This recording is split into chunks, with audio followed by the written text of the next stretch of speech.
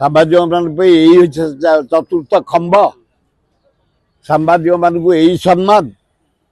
ସେମାନେ ପାଠଶାଠ ପଢିକି ଜୀବନଟାକୁ ଜଳାଞ୍ଜଳି ଦେଇ ଖରା ତରା ବର୍ଷା ଶୀତ ବୁଲି ତଥ୍ୟ ସଂଗ୍ରହ କରିବେ, ସରକାର ବିହିତ କାର୍ଯ୍ୟାନୁଷ୍ଠାନ ଗ୍ରହଣ କରିବେ, ସେଭଳିଆ ଲୋକଙ୍କୁ ତ ବାଡ଼େଇବ।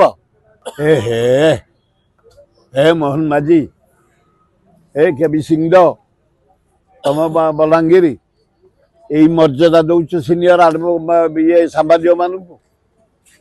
ସାମ୍ବାଦିକ ମାନଙ୍କ ପାଇଁ ଏଇ ଚତୁର୍ଥ ଖମ୍ବ, ସାମ୍ବାଦିକ ମାନଙ୍କୁ ଏଇ ସମ୍ମାନ। ସେମାନେ ପାଠଶାଠ ପଢିକି ଜୀବନଟାକୁ ଜଳାଞ୍ଜଳି ଦେଇ ଖରା ତରା ବର୍ଷା ଶୀତ ବୁଲି ତଥ୍ୟ ସଂଗ୍ରହ କରିବେ, ସରକାର ବିହିତ କାର୍ଯ୍ୟାନୁଷ୍ଠାନ ଗ୍ରହଣ କରିବେ, ସେଭଳିଆ ଲୋକଙ୍କୁ ତ ବାଡ଼େଇବ। ସିନିୟର ଆଡଭୋକେଟ ସିନିୟର ସାମ୍ବାଦିକ ଜଣେ, ଲଜ୍ଜା, ଘୋର ଲଜ୍ଜା।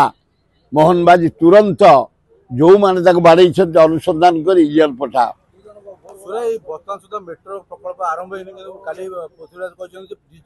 ନାଇଁ ପୃଥ୍ୱୀରାଜ ହରିଚନ୍ଦନଙ୍କୁ ମୋହନ ମାଝୀ କି ମୁଁ ଆପଣଙ୍କ ଜରିଆରେ ଧନ୍ୟବାଦ ଦଉଛି।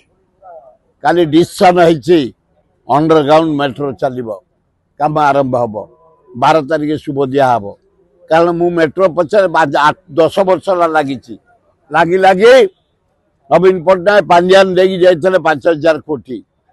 ଏ ସରକାର ଆସିଲା ପରେ ଟଙ୍କା ମାଗିଲା। ଆଗ ତମେ ଯୋଉ ସେ ଟେଣ୍ଡର ଦେଇ ନେଇଛି, କହିଲେ ତାକୁ ଦେଇଛ ଆମକୁ ଦିଅ। ସେ କହିଲେ ଆମେ କାହାକୁ ଦେଇନି, ଆମେ ଟେଣ୍ଡରରେ ପାଇଛୁ।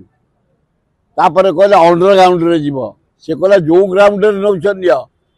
ମୁଁ ଦିଲ୍ଲୀରେ କରିଛି ଅଣ୍ଡରଗ୍ରାଉଣ୍ଡରେ, ମାଡ୍ରାସ କରିଛି ଅଣ୍ଡରଗ୍ରାଉଣ୍ଡରେ, କଲିକତାରେ କରିଛି ଅଣ୍ଡରଗ୍ରାଉଣ୍ଡରେ। ଏଠି ବି କରିବାର ମୋର ଆପତ୍ତି ନାହିଁ। ମାଟି ତଳେ କର, ଯାହା ହଉ 12ଟା ମୁଁ ତାକୁ ଜିଦ୍ ଧରିଛି, ଯେତେ ଶୀଘ୍ର ଆରମ୍ଭ କର, ଜୋରସୋରରେ ଆରମ୍ଭ କର। ମେଟ୍ରୋ ଚାଲୁ, ଭୁବନେଶ୍ୱରରୁ କଟକ ମେଡିକାଲ ପର୍ଯ୍ୟନ୍ତ ଭଲ ହବ, ରାଜ୍ୟର ସମ୍ମାନ ବଢିବ। ମୋହନ ମାଝୀ କୁନ୍ତୁ ହୁଅନି। ଯୋଉ 5,000 ତାଙ୍କୁ ଦେଇଛ, ତାଙ୍କୁ ଏପର୍ଯ୍ୟନ୍ତ 300 କୋଟି ଦେଇନ। ତାଙ୍କୁ ଆଗ 2,000 କୋଟି ରିଲିଜ କର। କାମ ଦାମ ଅଧା କରିଦେଇ ସେ କଣ୍ଟ୍ରାକ୍ଟର ଚନ୍ଦ୍ରଶେଖରପୁର ଅଧା କରି ପକେଇଛି, ୟୁନିଟ୍ 1ରେ ଅଧା କରି ପକେଇଛି, ମାଷ୍ଟର କ୍ୟାଣ୍ଟିନ ପାଖେ ଅଧା କରି ପକେଇଛି। ଲୋକଗୁଡ଼ା ସବୁ ଫେରିଗଲେଣି। ସମସ୍ତଙ୍କୁ ଡାକି ଯନ୍ତ୍ରପାତି ଲଗେଇ କାମ ତ୍ୱରାନ୍ୱିତ କର, ଜଲ୍ଦି କର, ତାହେଲେ ଭଲ ହବ।